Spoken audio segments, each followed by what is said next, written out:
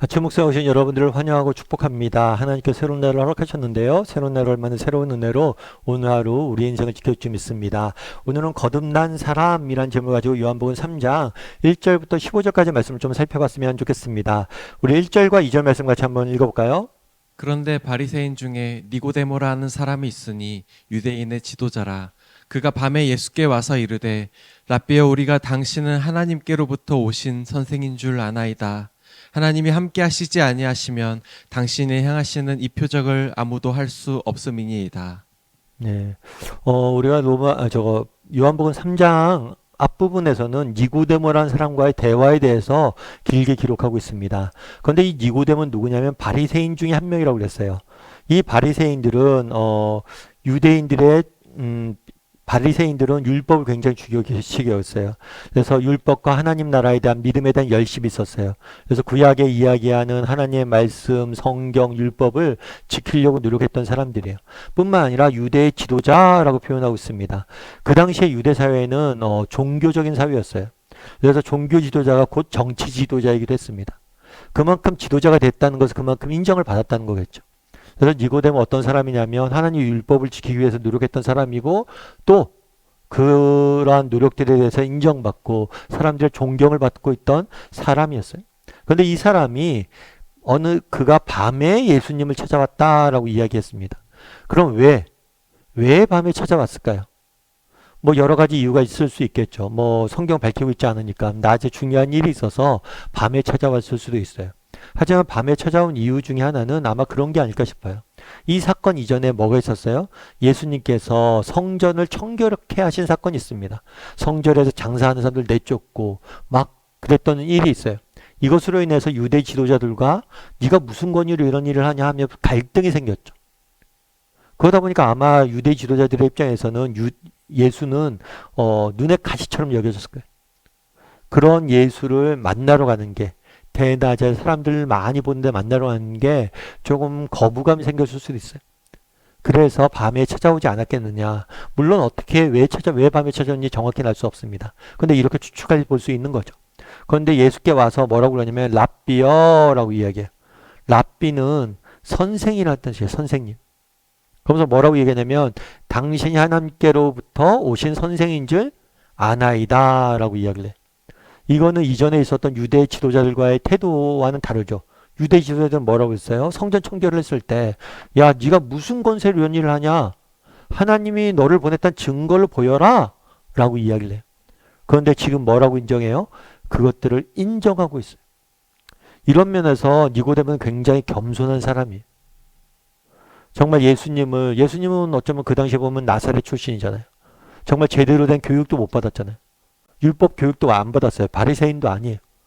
그러면 무시하기 쉽거든요. 근데 무시하지 않고 오히려 그의 말씀과 행동을 보면서 당신 하나님 보낸 선지자입니다 라고 고백하는 겸손한 모습을 보게 되는 거죠.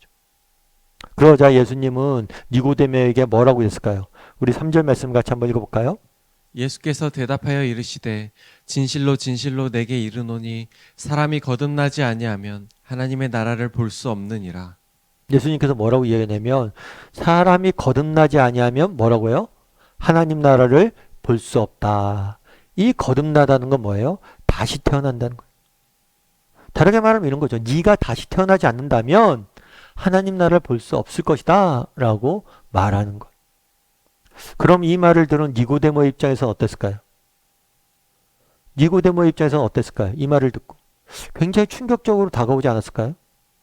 앞서 이야기했던 것처럼 니고데모는 바리새인입니다. 어려서부터 하나님 말씀을 충실히 지키고 배우고 지키려고 노력했던 사람이에요. 뿐만 아니라 유대의 지도자였어요. 그가 이렇게 하나님 앞에서 얼마나 정직히 살려고 하는지, 또 율법을 얼마나 잘 배웠는지, 율법도 살려고 하는지 사람들이 인정을 받았고 정말 지도자 입장까지 올라갔어요. 뿐만 아니라 그렇게 지도자가 됐지만 여전히 겸손한 삶의 태도를 보이고 있습니다. 그런데 뭐라고 그래요?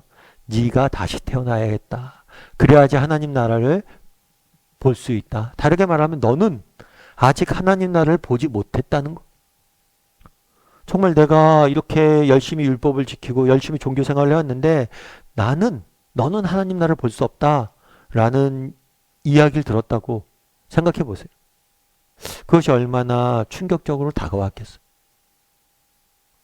여러분, 우리도 마찬가지라고 생각을 해요. 정말 우리 중에는 그런 분이 있을 수 있죠. 나는 뭐 몇 대째 예수님 믿은 집안에 태어났어. 나는 교회에서 뭐야? 나는 뭐 신앙생활 몇 년 해왔지. 나는 성경에 대해 잘 알아. 나는 순장이야. 뭐 이런 이야기를 할 수 있어요.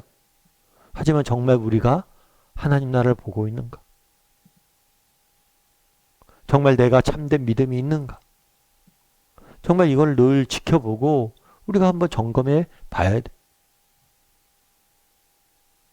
그래서 제가 예전에는 이제 개척하기 전에는 국제제자훈련원에서 옥하는 목사님 모시고 사역을 했었는데요. 국제제자훈련은 주로 세미나를 많이 합니다. 세미나를 열어서 뭐 사람들에게 제자훈련에 대해서 좀 가르치는 역할들을 하는 거예요. 목사님들에게.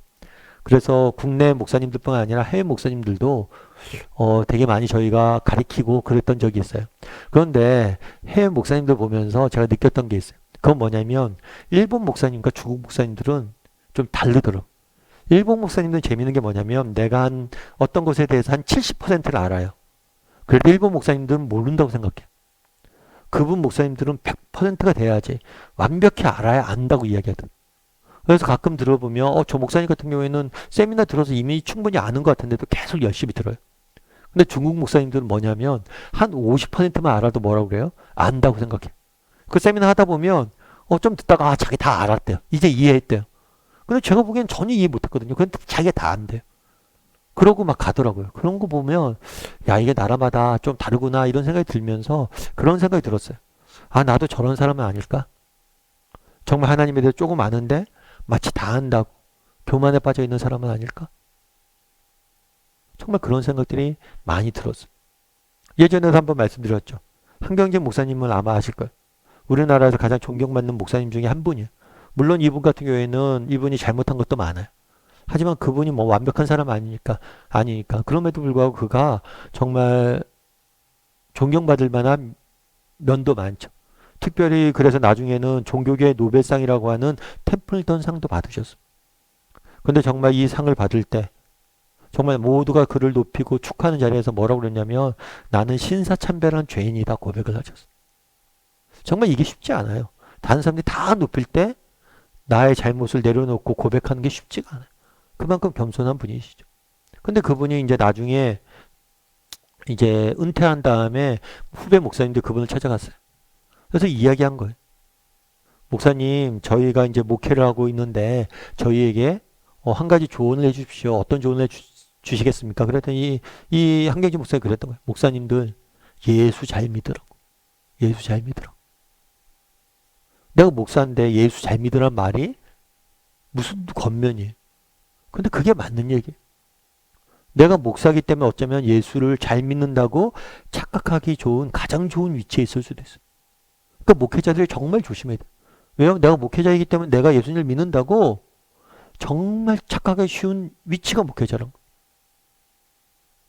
근데 내 믿음이 정말 순수한 믿음인가? 신실한 믿음인가?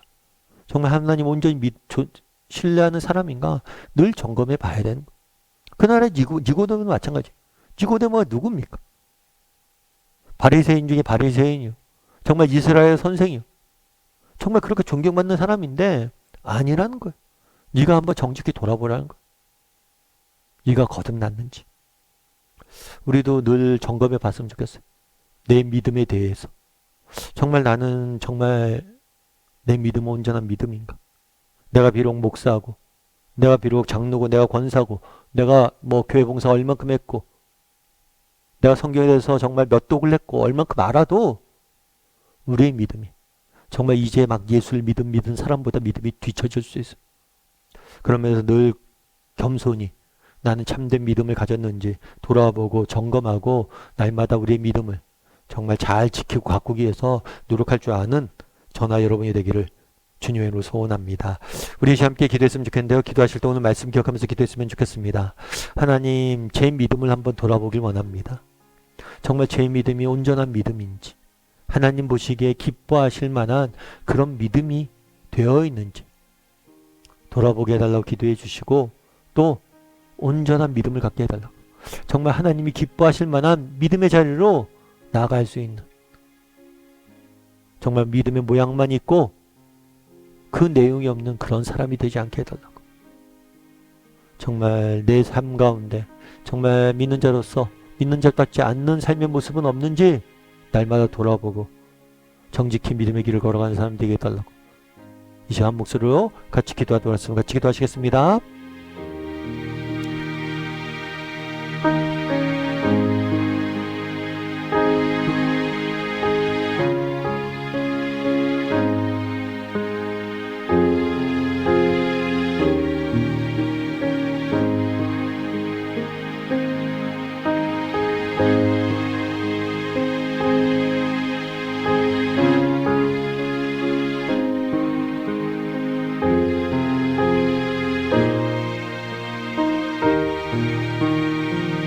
사랑의 하나님, 그날에 니고데모가 예수님에게 찾아오자 내가 거듭나야 하나님 나라를 볼 수 있다라고 이야기합니다.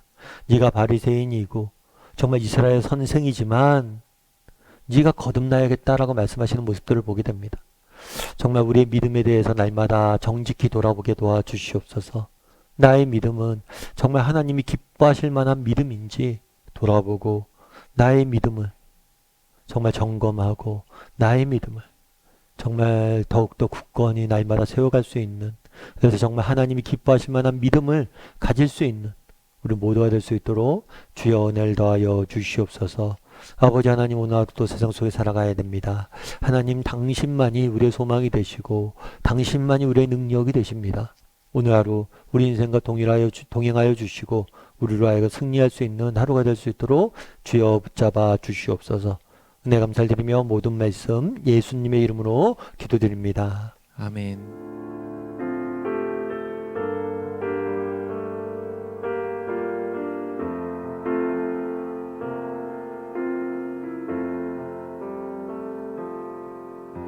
주님과 함께하는 이 고요한 시간, 주님의 보좌 앞에 내 마음을 쏟네. 모든 것 아시는 주님께 감출 것 없네.